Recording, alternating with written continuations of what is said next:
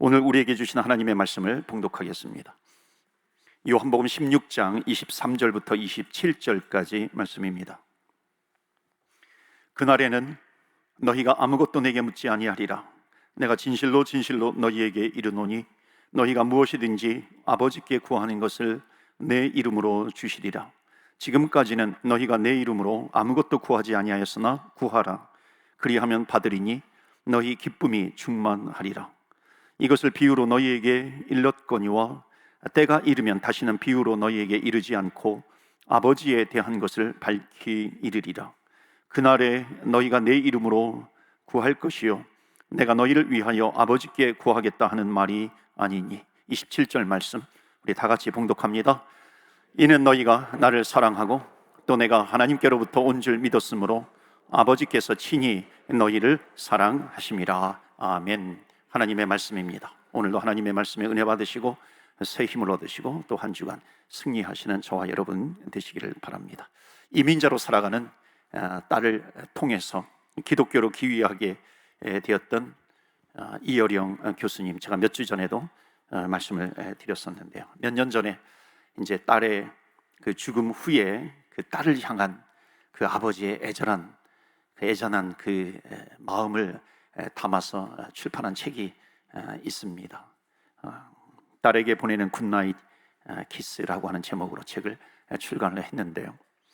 거기에 이제 이분이 이여령 교수님이 그 결혼한 후에, 그러니까 딸이 낳기 전이죠. 아기가 낳기 전에 집을 이사하는 그런 그 과정에 대해서 이렇게 쭉 그것을 이야기하는 스토리가 나옵니다. 결혼 후에 삼선교회 방 한 칸에 이제 전셋방에서 살다가, 그리고 이제 자녀를 낳기 위해서 아내가 임신했을 때 청파동에 방 2개짜리 전셋집으로 이사를 합니다. 그리고 이제 가족을 위해서 처음으로 내 집 마련을 해서 이사한 곳이 용산 삼각지의 집이었습니다. 그 이후로도 가족을 보호한다라고 하는 그런 이유로 더 좋은 집, 더 큰 집을 구해서 계속 이사를 합니다. 그런데 딸을 통해서 너가 찾고 있었던 집, 딸을 향해서 이야기하는 거죠. 너가 찾고 있었던 집, 너가 진실로 원했던 집, 그 집이 내가 찾고 있는 집과 다르다라고 하는 것을 알았을 때에 그 집은 삼각지에 있는 집이나 신당동, 성북동에 어떤 푸른 잔디가 있는 그런 집이 아니라고 하는 것을, 너가 꿈꾸는 집이 내가 찾고 있는 집과 다르다라고 하는 것을 알았을 때에 이분이 뭐라고 고백하냐면, 내가 80평생토록 일생을 공들여서 세운 것들, 그것이 집이 되었든 내 사상이라든지 내 명성이라든지 80평생 공들여왔던 모든 것이 물거품이 되어버린 것 같은 그런 충격을 받았다, 그렇게 고백을 합니다. 그러면서 조용히 기도해요. 하나님, 당신을 맞이할 때 부끄럽지 않은 집을 짓게 하소서. 기울지도 않는 집, 쓰러지지도 않는 집, 지진이 나도 흔들리지 않는 그런 집을 허락해 주옵소서. 사랑하는 성도 여러분, 가장 흔들리지 않는 집은 어떤 집일까요? 그 집은요, 하나님이 거하시는 집입니다. 하나님이 주인이 되어주시는 집이십니다. 하나님이 거하시고 하나님이 주인 되어주셔서 선한 목자 되어주시고 우리를 인도해 가시는 가정입니다. 주님이 목자가 되어주시면 그 영혼이 편안하게 쉬는 안식처가 될 수 있다는 겁니다. 여러분, 영혼의 푸른 초장이 되는 그런 가정, 그런 집이 되시기를 주의 이름으로 축원합니다. 아멘. 오늘 부활절 이후에 두 번째 주일입니다. 요한복음 시리즈 설교를 하고 있는데, 오늘 그날에는 이라고 하는 제목으로 말씀을 전합니다. 예수님은 오늘 본문에 두 번씩이나 그날에는 너희에게 뭔가 중요한 일이 일어날 것이다, 이렇게 말씀하고 있습니다. 여러분, 예수님께서 지금 제자들에게 그날에는 이라고 하는 그런 메시지를 주시는데, 이 그날이라고 하는 것이 무슨 뜻일까요? 결론부터 말씀드리면, 그날이라고 하는 것은 예수님께서 십자가에 죽으시고 부활하신 이후의 날입니다. 예수님께서 부활하신 이후, 또 부활하신 이후에 성령이, 오순절 마가의 다락방에 성령이 임합니다.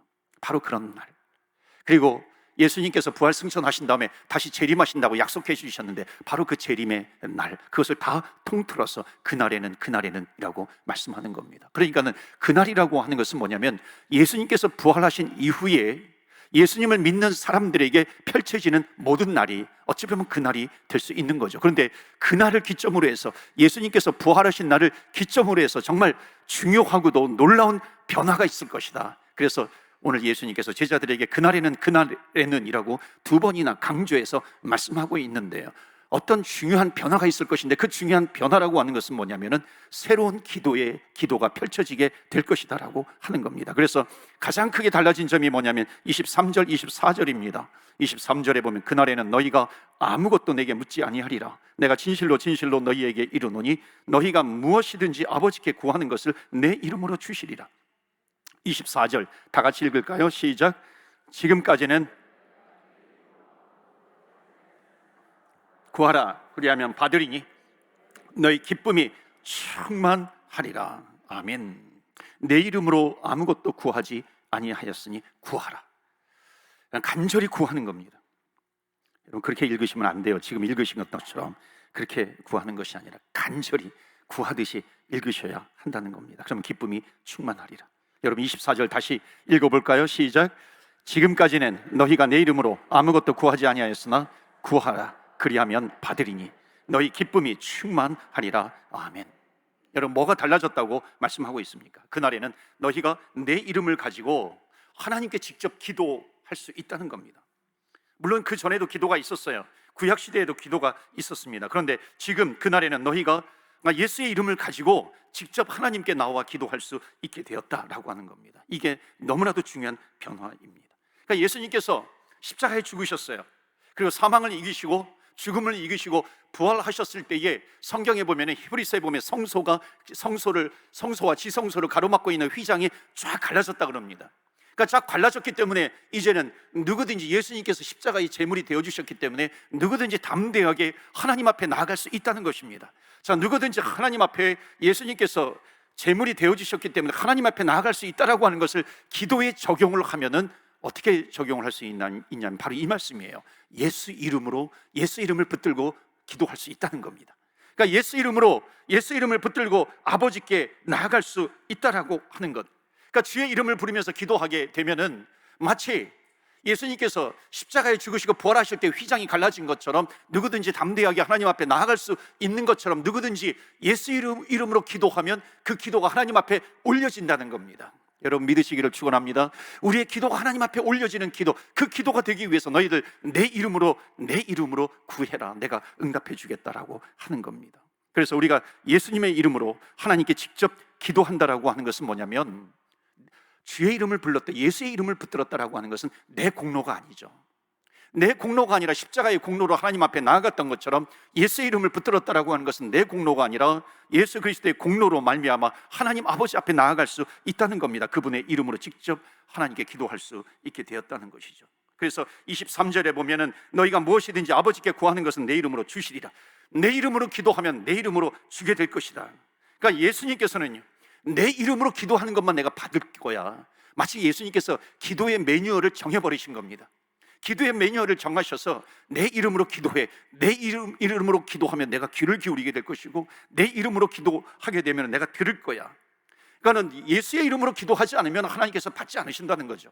예수의 이름으로 기도하면 하나님께서 받으신다는 겁니다. 그렇기 때문에 여러분, 우리가 기도할 때 예수님의 이름으로 기도합니다라고 하는 것을 꼭 빼먹으면 안 돼요. 예수님의 이름으로 기도합니다. 여러분, 그렇게 우리가 기도할 때에 이 기도가 이제 하나님 앞에 올려지게 된다라고 하는 것을 말씀하고 있습니다. 여러분, 이거는 우리에게 주신 하나님의 특권입니다. 우리의 권세예요. 그래서 여러분, 예수님의 이름을 붙드는, 그 이름을 붙들고 기도하는 권세를 사용하시기를 축원합니다. 아멘. 너무나도 귀하잖아요. 그렇게 기도하면 하나님 앞에 올려지는 기도가 된다는 겁니다. 자, 직접 기도할 수 있는 것에 대해서 아주 중요한 표현을 하시는데요, 강조하시는데 26절이에요. 26절 보면 그날에 너희가 내 이름으로 구할 것이요 내가 너희를 위하여 아버지께 구하겠다 하는 말이 아니니. 이게 굉장히 중요하죠. 내가 너희를 위하여 아버지께 구하겠다 하는 말이 아니라.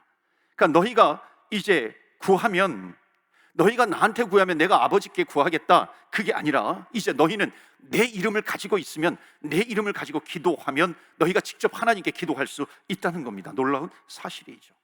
그러니까 우리가 예수님 부활의 이전의 기도와 부활 이후의 기도가 달라졌다고 했는데, 가장 크게 달라진 점이 뭐냐면은 바로 이거예요. 예수의 이름을 의지하기만 하면은 그 기도는 하나님 아버지 앞에 바로 상달될 수 있다. 우리는 직접 하나님 앞에 기도할 수 있다는 겁니다. 여러분, 여기 26절 한 구절만 제대로 기억하고 있어도 우리 천주교 카톨릭의 기도와 우리 프로테스탄티즘, 우리 개신교 기독교와의 그 차이점을 보다 분명히 알 수 있습니다.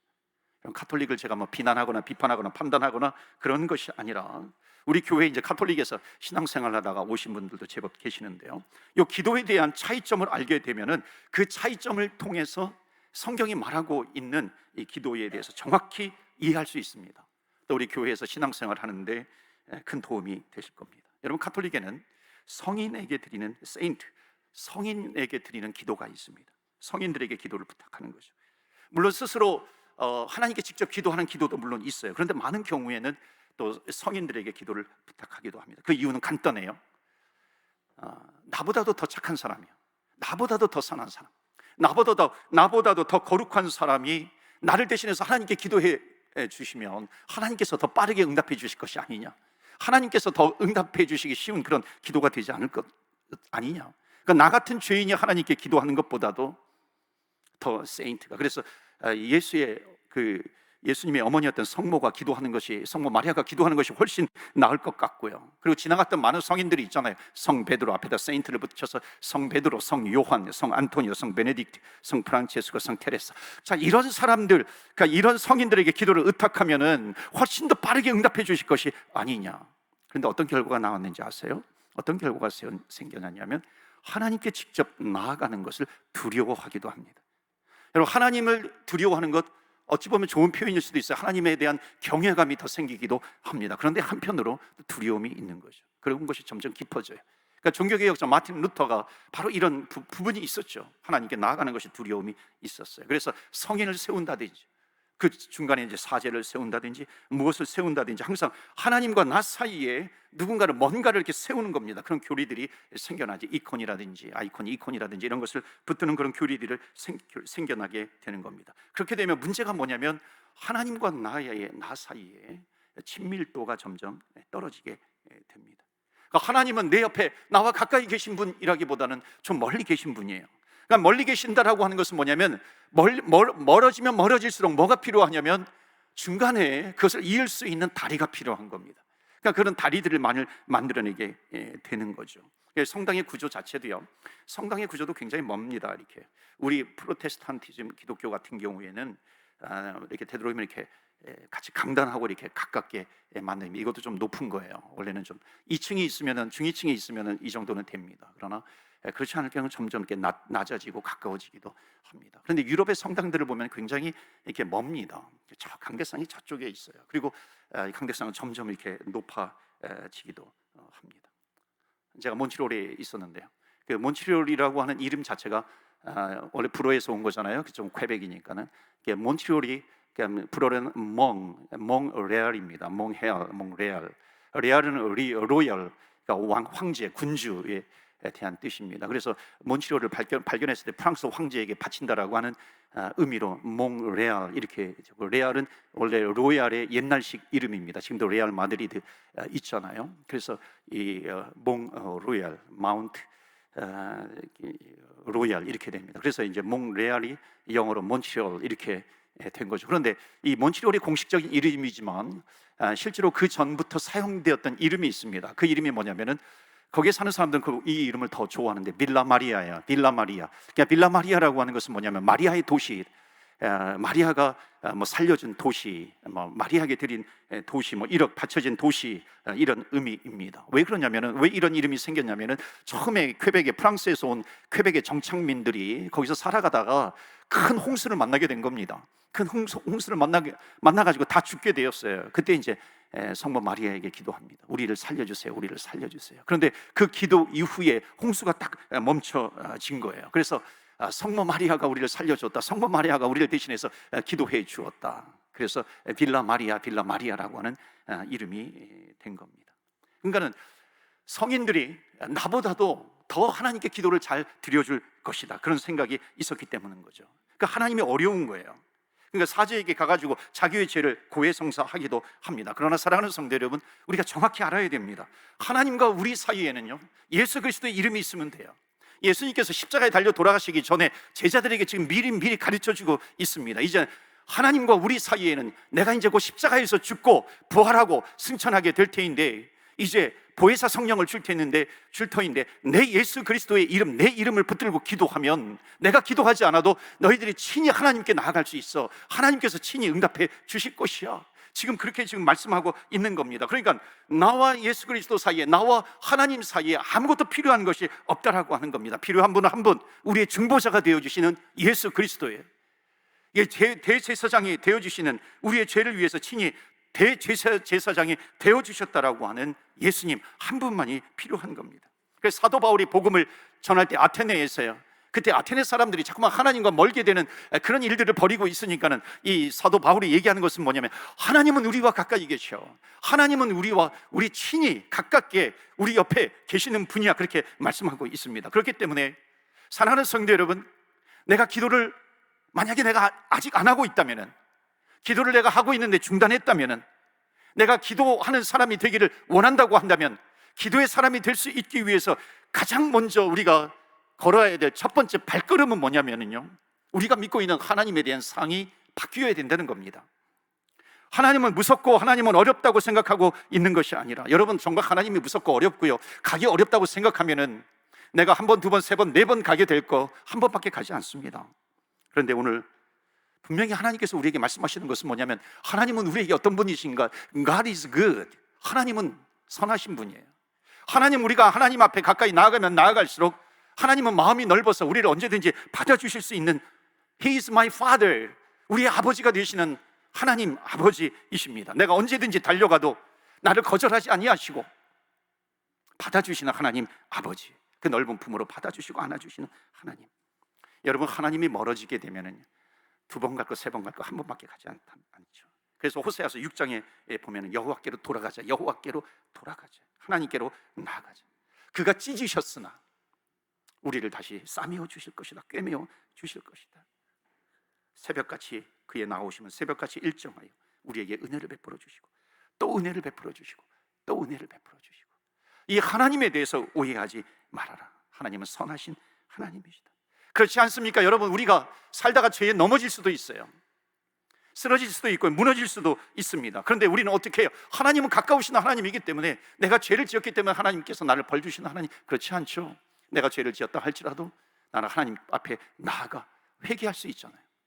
그리고 다시 일어설 수 있는 겁니다. 하나님 잘못했어요, 하나님 도와주세요, 하나님 없이는 나는 살 수 없어요, 기도하며 나아갈 수 있는 겁니다. 어리광도 피울 수 있는 것이죠.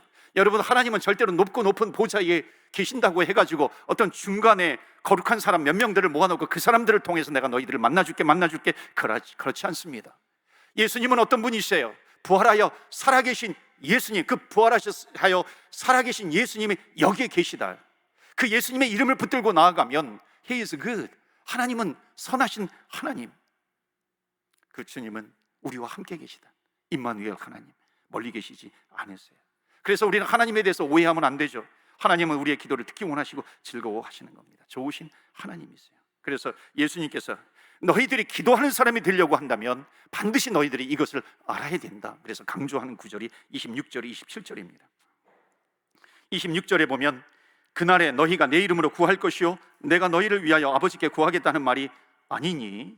27절, 이는 너희가 나를 사랑하고 또 내가 하나님께로부터 온 줄 믿었으므로. 그 다음이 중요한 말씀인데요, 다 같이 읽겠습니다. 시작. 아버지께서,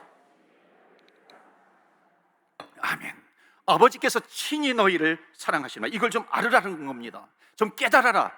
기도하러 나오는 사람들아, 하나님이 사랑하시는데 뭐 누구를 통해 가지고 하나님 사랑한다고 전해줘, 이것이 아니죠. 하나님께서 친히 사랑하신다.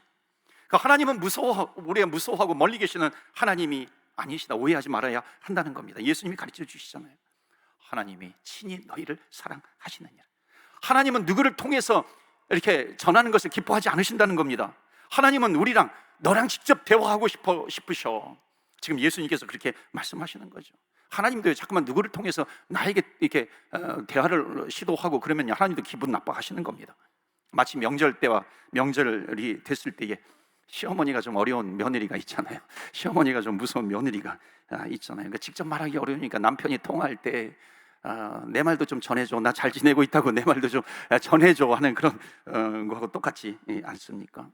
하나님은 그런 시어머니가 아니세요. 친정어머니 같은 거죠. 어찌 보면 친정어머니는 어떤 분이에요?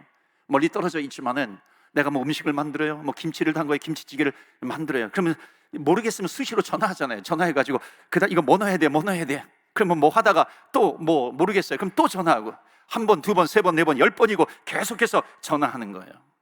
이게 뭐예요? 이게 뭐예요? 이게 뭐예요? 계속 묻잖아요. 마찬가지예요. 여러분, 하나님은 우리가 언제든지 나아갈 수 있어요. 하나님 응답해 주세요. 하나님 대답해 주세요. 예수의 이름을 붙들고 언제든지 나아가 기도할 수 있다는 겁니다. 누구를 거쳐서 사랑을 표현하는 것 하나님 원치 않으시죠. 직접.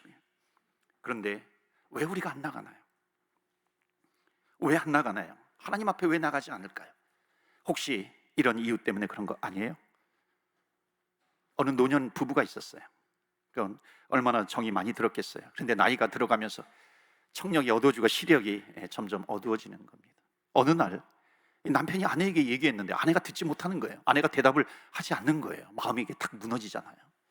그래서 아내 몰래 한 번은 닥터에게 병원에 가가지고 아내에 대해서 얘기한 겁니다. 그러니까는 닥터가 그 남편에게 한번 히어링 테스트를 해보라고 그 방법을 알려줍니다.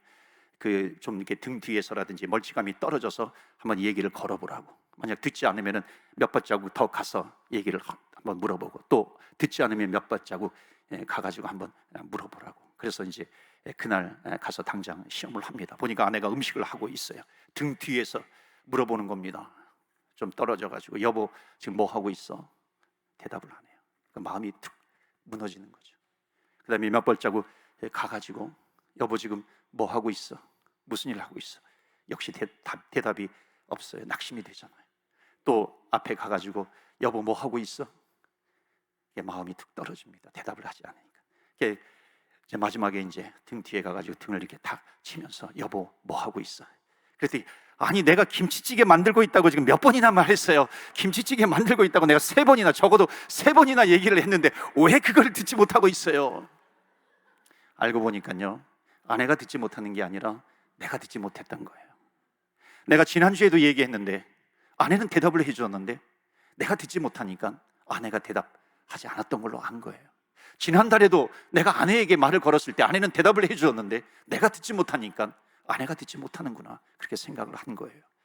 여러분, 혹시 우리의 신앙생활이 이런 것 아니에요? 하나님 앞에 내가 기도를 했는데 하나님 안 들린다 그러는 거예요. 하나님은 계속 말씀해 주셨는데, 하나님은 지난번에도 말씀해 주시고 작년에도 말씀해 주시고 오늘도 말씀해 주시고 앞으로도 내가 기도하면 하나님께서 응답해 주실 터인데 하나님 안 들려요, 안 들려요. 내가 아예 귀를 막고 있는 것은 아닌가요? 이게 우리의 신앙생활의 모습은 아닌가요? 왜 우리가 듣지 못할까요? 주님의 음성을 들을 수 있도록 하나님 앞에 앉아 있는 것을 거부하는 것은 아닌가요? 들을 수 있음에도 불구하고. 아니면은 내가 이미 답을 정해놓고 기도해요. 하나님 응답해 주세요, 답해 주세요. 보니까 내가 정해놓고 기도하는데 하나님께서는 다른 답을 주실 것 같아요. 그래서 하나님은 말씀하지 않으시네, 하나님은 말씀하지 않으시네, 그런 것 아닌가요? 우리가 귀를 기울이지 않았기 때문에 하나님은 계속해서 말씀해 주심에도 불구하고 내가 듣지 못하는 것은 아닌가요? 어떤 분이 간증을 하는데 참 눈물이 나더라고요, 들으면서. 그분이 공부를 참 잘해가지고 한국에서 제일 좋은 대학에 들어갔습니다. 근데 이제 고등학교 때 어머님이 먼저 돌아가시고 그 다음에 이제 연이어서 또 아버님이 얼마 있다가 돌아가신 거예요. 그러니까 졸지에 그 3남매인데 고아가 된 거죠. 그래서 뿔뿔이 흩어집니다. 고등학교 때 친구가 대학 들어갈 때까지 우리 집에서 같이 살자. 그래서 또 그 아버지도 참 좋으신 아버지예요. 친아버지가 아니지만 친아버지처럼 대해라. 무엇이든지 어려워하지 말고 무엇이든지 원하는 거, 필요한 거, 먹고 싶은 거 언제든지 얘기해라. 너무나도 좋잖아요. 그리고 이제 공부하고 들어가는데 한 밤 11시쯤에 공부하고 들어가는데 안에서 막 이렇게 떠드는 소리, 대화하는 소리, 웃는 소리가 들려요. 이제 초인종을 눌러야 되는데 이게 눌러지지 않더라는 겁니다. 그 아버지는 참 좋은 아버지예요. 친구 아버지는 언제든지 부담 갖지 말고 어려워하지 말고 무엇이든지 원하는 대로 해라. 마치 친아들처럼 여겨주시는데 내가 이것을 누르고 들어가면 되는데, 친구의 이름을 부르면서 가면 되는데 혹시 방해가 되는 것은 아닐까? 혹시 내가 나아가는 것이, 들어가는 것이 부담이 되는 것은 아닐까? 여러 가지 생각 때문에 들어가지 못하는 거예요. 누르지 못하는 거예요. 여러분, 친아들은 다릅니다. 여러분, 친아들은요, 밤늦게 공부하고 오면은요 얼마나 당당하게 들어오는지 모릅니다. 문을 박차고 들어오잖아요. 내가 밤늦게까지 공부하고 왔어. 엄마 밥 차려. 뭐 아버지 밥 차려줘, 그러지 않습니까? 밤늦게까지 공부하다가 코피 흘리면요 절대 그 코피 흘린 거 닦지 않습니다. 그대로 그것을 가져와 가지고 보여주는 거예요. 내가 이렇게 공부했어. 여러분, 이게 친아들이에요. 여러분, 친아들은요 새벽 2시가 되었건 새벽 3시가 되었건 어려워하지 않아요. 언제든지 담대하게 자기 집에 마치 나라를 구하는 것 같으면서 큰 소리를 치면서 달려갑니다. 여러분, 우리는 갈라디아서의 말씀에 보면은 분명히 말씀하고 있는 것이 뭐냐면은, 하나님께서 우리에게 하나님의 영을 부어주셔서 우리는 하나님을 아빠, 아버지라고 부를 수 있다는 겁니다. 아빠, 아버지, 나에게 가까이 계시는, 살아계시는, 역사하시는, 도우시는 아빠, 아버지라고 부르면서 하나님 앞에 나아갈 수 있다는 겁니다. 그래서 예수님께서 지금 제자들을 교육하시는 거예요. 그날에는 너희들 담대하게, 어려워하지 말고 부담 갖지 말고 아버지에게 나와, 친아버지에게 나오는 것 이상으로 나에게 나와라, 구해라 말씀하시는 겁니다. 사랑하는 성도 여러분, 혹시 기도를 하시다가 멈췄던 분 계세요? 여러분, 기도는 너무나도 중요한 겁니다. 얼마나 중요합니까? 그날에는 새로운 기도의 시대가 펼쳐진 것처럼 예수님께서 제자들에게 말씀하시는 거예요. 예수님께서 부활하신 이후에 너희도 기도해야 돼. 도에서 성령을 우리에게 주셨기 때문에 우리는 예수님의 이름을 부르고 붙들고서 기도하는 겁니다. 그래서 주님께서 너희들 예수님의 이름을 부르고 붙들고 기도해라, 응답해 주실 것이다, 너희들의 기쁨이 넘쳐나게 될 것이다 말씀하고 있는 것입니다. 여러분, 하나님은 God is good. 하나님은 좋으신 분이에요. 하나님은 선하신 분입니다. 우리를 만만나 주겠다고 거부하시는 하나님이 절대 아니시라는 겁니다. 너희들 두려워하지 말아라. 심지어 우리가 죄에 넘어질 때가 있잖아요. 무너질 때가 있고 신앙에 실패할 때가 있습니다. 그렇다 할지라도 우리는 주님 앞에 담대히 나아갈 수 있는 겁니다. 그러면 주님은 우리를 받아주세요. 마치 이렇게 초인종을 누르는 것이 어려운 것처럼 주님 앞에 서는 것이 어려울 때 분명히 있죠. 그러나 그 마음을 가지고 있는 것을 하나님은 다 아신다는 겁니다. 그렇기 때문에 성경은 뭐라고 말씀하냐면, 은혜의 보좌 앞에, 하나님 앞에 담대히 나아가라 말씀하시는 겁니다. 그러면 하나님은 우리를 만나 주시겠다. 여러분, 우리 어린이 주일로 보통 한국교회가 5월 첫째 주에 지내지 않습니까? 어린이를 위한 예배를 드리는 의미도 있지만 더욱 중요한 것은 뭐냐면요, 어린아이와 같은 마음으로 나오라. 어린아이와 같은 심정으로 어리광을 부리면서 주님 앞에 나와라. 하나님께서 받아주신다 하는 겁니다. 물론 아버지의 상이에요. 친아버지, 친부모님의 상이, 그것이 어려운 분도 있어요. 상처가 있는 분이 있어요. 무서워하는 분이 있어요. 그래서 하나님 그러면 아버지처럼 다가오지 않는 그런 분도 있어요. 그러나 기억하세요. 예수님께서 이 땅에 오셔서 우리의 모든 죄요, 우리의 모든 고통, 우리의 모든 고난, 질병, 저주까지 다 짊어지시고 십자가에 죽으신 어린 양 제물 되어주신 예수 그리스도, 어린 양 대신 그 예수님께서 제물이 되어주셨기 때문에 이제는 그 어린 양 대신 예수님의 이름을 붙들고 우리가 하나님 앞에 나가지 못할 것이 없다는 겁니다. 주님 앞에 나오게 되는 겁니다. 하나님은 그런 분이세요. 안 보이는 것 같아도요, 안 듣는 것 같아도, 듣지 않는 것 같아도 우리가 지나가다가 그러면요, 하나님은 귀를 내밀어 주십니다. 박대하지 않으시고 응답하시는 하나님이세요. 우리를 만나주시는 하나님 앞에 담대하게 은혜의 보좌 앞에 예수의 이름을 붙들고 나오시는 저와 여러분 되시기를, 여러분의 가족이 되시기를 주의 이름으로 축원합니다. 아멘. 내 영혼 새롭게 세우시는 아버지입니다. 이 시간에 우리 아빠, 아버지 되시는 하나님은 친히 우리를 사랑하신다고 말씀하셨습니다. 우리가 이 시간에 기도할 때 두려워하지 말고, 죄에 넘어져서 내가 하나님 앞에 설 자격이 없어, 그런 것이 아니라 주님 앞에 서서 서성거리다가 돌아가는 그런 인생이 아니라 우리는 주님의 은혜의 보좌 앞에 담대히 나아갈 수 있다는 것입니다. 우리는 하나님을 아버지로 만나는 것입니다. 그것은 뭐냐면 예수 이름으로 나가는 거예요. 예수 이름을 붙들고 나아가면 되는 겁니다. 하나님은 우리를 사랑해 주세요. 이 시간에 여러분, 우리의 마음을 주님 앞에 드리면서 기도합시다. 우리의 인생의 문제, 여러분 가정의 문제, 자녀의 문제, 어떤 것이든지 예수의 이름을 부르면서 주님 앞에 나오면 하나님께서 예수의 이름으로 불러 기도해라, 내가 응답하리라, 친히 너희를 사랑하리라 약속해 주셨습니다. 이 시간에 우리 이 약속을 믿고 붙들고 우리 주님 앞에 담대히 기도하며 나아갑니다. 우리 나같이 주여, 주의 이름 부르며 기도하며 나아갑니다.